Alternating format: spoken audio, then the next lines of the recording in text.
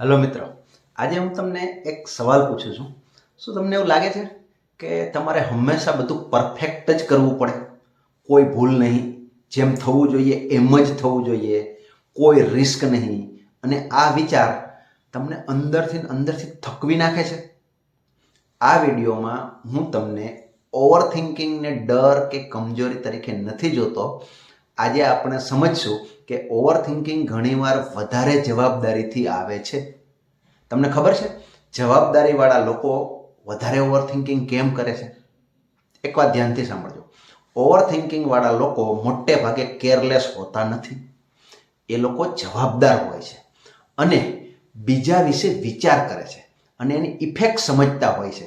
એટલે માઇન્ડ કહે છે જો મારી ભૂલથી કંઈક ખોટું થયું તો, જો આ એક થિંકિંગથી ઓવર થિંકિંગ ચાલુ થાય છે. ખોટું થયું તો ત્યાંથી જ્યારે તમે બધું તમારા પર લઈ લો છો ને, દરેક આઉટકમ માટે પોતાને જવાબદાર માનો છો ને, એટલે પોતાને રિલેક્સ થવાની તમે પરવાનગી જ નથી આપતા. અને ત્યારે શું થાય?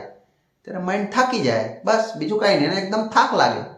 હવે આ થાક લાગે શું થાય? તમને એક્શન પણ અટકાવે, એની સાથે પ્રોક્રાસ્ટિનેશન પણ જોડાઈ જાય, ડિસિઝન ડિલે થાય, ઓવર થિંકિંગ વધારે થાય.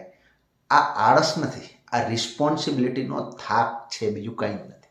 એક પ્રશ્ન એવો થતો હશે કે ઓવર થિંકિંગ અહીંથી કેમ જન્મે છે? રિસ્પોન્સિબિલિટીથી ઓવર થિંકિંગ કેમ જન્મે છે? તો માઇન્ડ કહે છે કે મારે બધું એન્ટિસિપેટ એટલે ધારણા કરીને ચાલવું પડે છે. કેમ? તો કંઈક પ્રોબ્લેમ ના થાય, હું પહેલેથી ધારી લઉં મારે કામ છે તો આવું થશે તો હું આમ કરીશ, આમ થશે તો આમ કરીશ, આવું રિઝલ્ટ આવ્યું તો એનું આવી રીતે સોલ્યુશન, વગેરે વગેરે વગેરે. માઇન્ડ પહેલેથી જ એની ધારણાઓ ચાલુ કરે પરફેક્શનને માટે.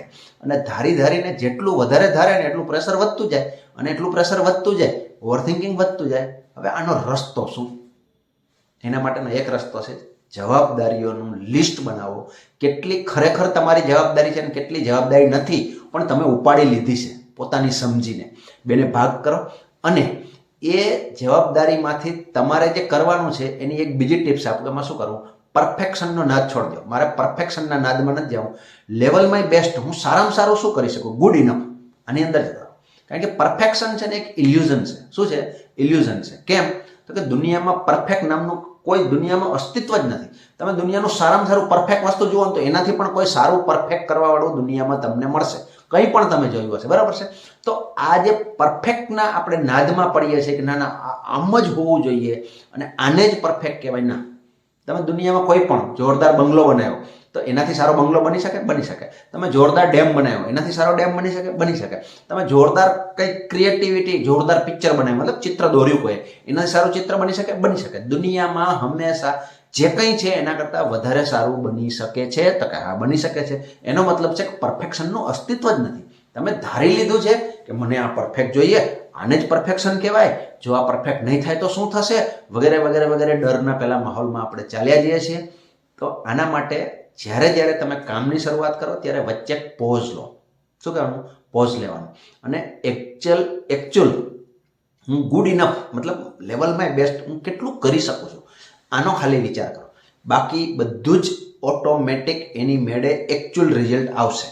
અને તમારું માઇન્ડ જે થાકી જાય છે ને, એ થાક નહીં લાગે.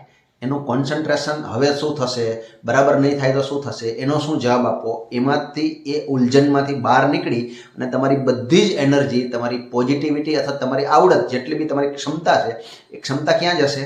ગુડ ઇનફમાં. તમારે અત્યારે શું કરવાનું છે એની અંદર જશે. અને એની અંદર જશે તો શું થશે? રિઝલ્ટ સારું જ આવશે. તો આપણે જે અત્યારે જોઈએ છીએ એ રિસ્પોન્સિબિલિટીને વેચવાની વાત કરીએ છીએ, અથવા રિસ્પોન્સિબિલિટીને કેટલી ફીલ કરીને કેટલું સારું કરવું એના વિશે વાત કરીએ છીએ, બરાબર છે? જો તમને આ વિડીયો સારો લાગ્યો હોય તો તમે આ ચેનલને સબસ્ક્રાઈબ કરો અને કોમેન્ટમાં લખો રિસ્પોન્સિબિલિટી. આપણે અહીંયા મનને કંટ્રોલ કરવાની વાત નથી કરતા, અથવા કંટ્રોલ કરવા માટે વાત નથી કરતા, અને એને પ્રેશર પણ નથી કરતા. અહીંયા આપણે મનને સમજીએ છીએ અને એક ડાયરેક્શન આપીએ છીએ. Thank you very much.